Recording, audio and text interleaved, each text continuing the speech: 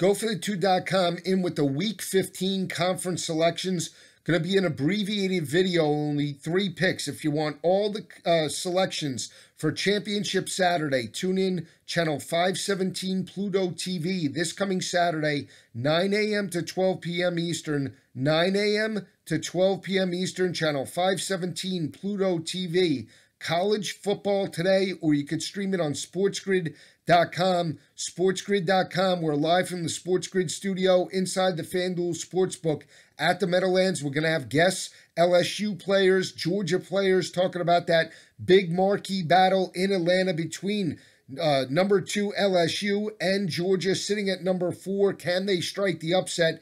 Tune in live this coming Saturday, 9 a.m. Eastern, channel 517 Pluto TV. Let's talk about the Big Ten Championship between Ohio State and Wisconsin. Ohio State and Wisconsin have met twice in the Big Ten Championship game. First time came in 2014, where Ohio State dominated to get into the college football playoff 59-0 in Indianapolis. They also won a couple of years ago as a 6.5-point underdog. They won the ball game 27-21. Now Ohio State coming off a 56-27 victory over Jim Harbaugh and the crew. They were an 8-point favorite over Michigan.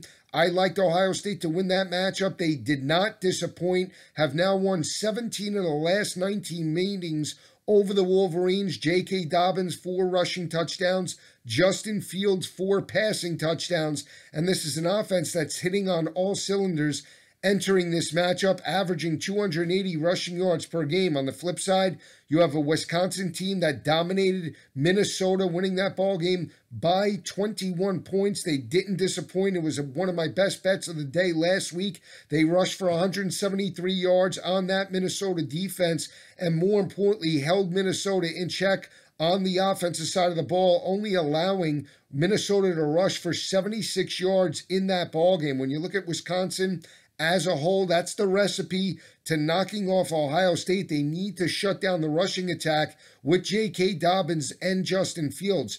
You remember that Wisconsin lost this matchup earlier in the season, 38-7 in Columbus, but from a defensive perspective, played very well in the first half. It was the offense that could not move the football, put their team into long third down situations. Jack Cohn and that offense could not convert, made them one-dimensional, and gave Justin Fields and Ohio State short fields, which ultimately allowed them to blow out the Badgers. Their defense played for extended periods of time. But I said it before, I think this is a different Wisconsin team. I think they're peaking at just the right time in the season now. Offensive line is playing very well. They're averaging around 250 rushing yards per game. Defensively, though, is where I think they have an advantage as opposed to that game earlier in the year. You look at Wisconsin's defensive front, holding opposing offenses to only 3.3 yards per carry. This is a defense that's holding opposing offenses to 24% on third down conversions and has only allowed 7 rushing touchdowns.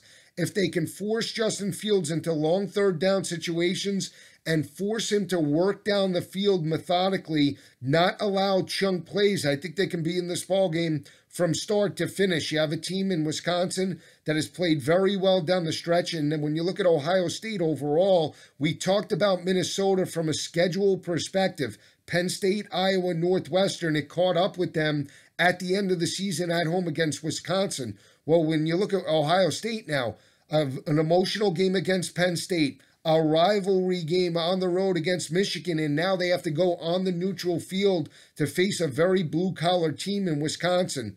Ohio State wins, but it is very close. I think Ohio State wins a 7-point game over the Badgers. I think it's low scoring. I think it's 31-24. Ohio State gets this victory.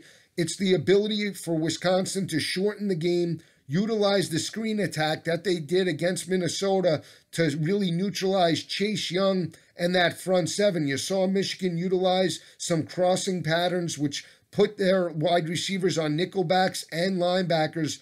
Look for the same type of offensive game plan out of the Wisconsin Badgers. They shortened the game enough to be in this ball game in the fourth quarter, but Ohio State does win this matchup by 7 points Saturday night.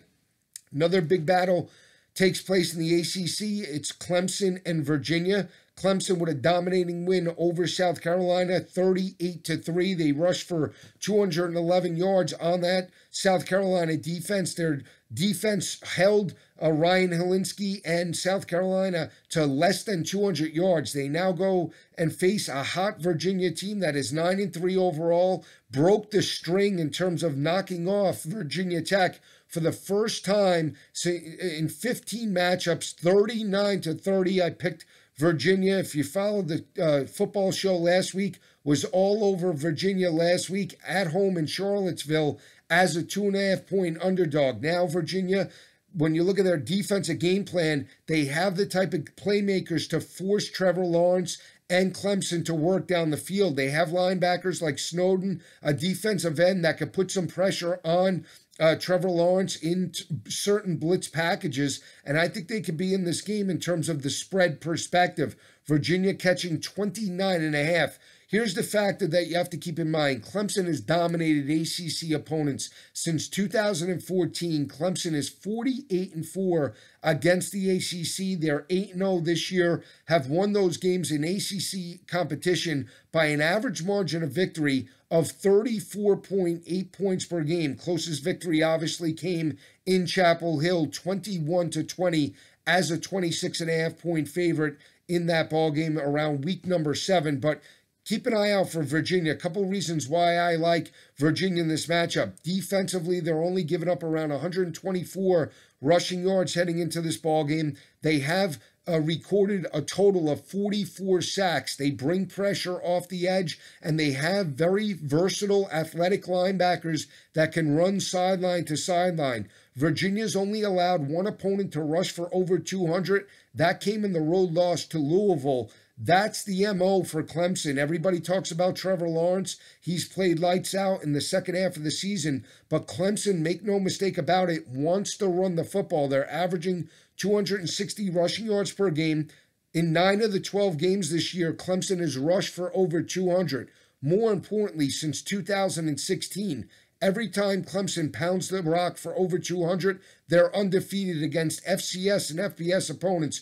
31 times now since 2016 that Clemson's rushed for over 200. They have won ball games, and that's the strength of Virginia's front seven. So I think they can force the game onto Trevor Lawrence. They're not going to win this ball game, but they can cover this 29.5-point number. Also, when you look at Virginia's offense, they have the best quarterback that maybe Clemson's defense has faced from an athletic standpoint up until this point in the season. When you look at Bryce Perkins, he's completing 64% of his passes, 16 touchdowns, 9 interceptions, has thrown for over 2,900 yards entering this ball game, has also rushed for 687 yards on the year and 11 rushing touchdowns. But here's the other factor as well. Last week against Virginia Tech, they played a lot of man-to-man coverage.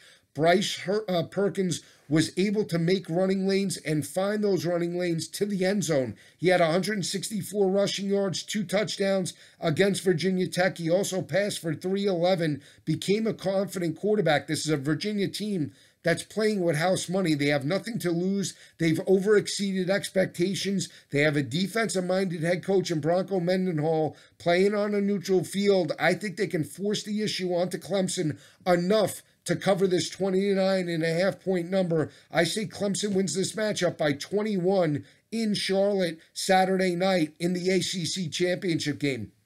Other battle is the Big 12 rematch between Oklahoma and Baylor. Oklahoma eked out a 3-point win on the road a few weeks ago in Waco, 34-31. When you look at that matchup, Charlie Brewer and the crew jumped out 28-3, could not close the door on Jalen Hurts. Now, when you look at this matchup overall, Oklahoma stepped up last week, got an 18-point victory in Bedlam over Oklahoma State. They won the turnover battle for the first time since week number 3 against UCLA. That was a dominant effort. They were +2 in turnover margin. They were able to run the football for 280-plus yards on Oklahoma State's defense. When you look at Oklahoma as a whole, a couple of factors. This is an offense that's averaging 260 rushing yards per game, passing for 304 through the air, or over 300, excuse me, with Jalen Hurts. Jalen Hurts, this game he's played in before in the SEC championship, in the college football playoff. He's a battle-tested quarterback and will not be fazed by the atmosphere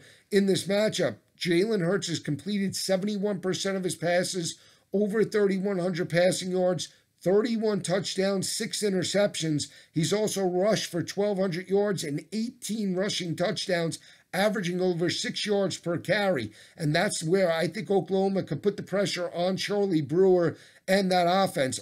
Baylor is, and when you look at their offense as a whole, Charlie Brewer only has 20 touchdowns through the air this season. If Oklahoma can start fast, could put the pressure on Baylor to match them score for score, they might have the upper hand in this matchup. Here's the other factor why I like Oklahoma to cover this number. Defensively, they're only allowing 140 rushing yards per game, only giving up 195 passing yards to opposing offenses. That's 100 passing yards less than last year. Last year, Oklahoma had one of the worst passing defenses in the FBS, dead last, allowing 294 passing yards to opposing quarterbacks. They cut that down by 100 yards per game this year under Alex Grinch. Back-to-back games, you look at games against TCU and Oklahoma State, 0 touchdown passes allowed, 2 interceptions. They gave up 60-plus passing yards to TCU, only 203 to Drew Brown in that offense. Charlie Brewer, not a high-octane offense this year. That's why I give the edge to Oklahoma. Also, keep an eye out for that Pac-12 championship game Friday night. Should Utah lose, this opens up the door for Oklahoma to throttle Baylor in this matchup. It's not going to be easy. Baylor's 10-1 overall, has defeated Kansas 61-6. But if Utah loses Friday night, look for Oklahoma to be up. Look for them to start fast. And if they have an opportunity to pace Baylor, they'll do it in this matchup, looking for style points to crack the college football playoff. Not only that, but even if Utah wins, they could still be alive if Ohio State loses to Wisconsin at night. So the door is open for Oklahoma to sneak into the college football playoff. They cannot take Baylor lightly. I think they start fast, win this matchup convincingly by 14 points or more over the Bears. Saturday at 12 p.m. Just getting started. All the conference championship games will be available. Channel 517 this coming Saturday. College Football Today, Pluto TV, Channel 517. Check it out, 9 a.m. to 12 p.m. Have a great week, everyone. We'll see you Saturday. Love talking about college football.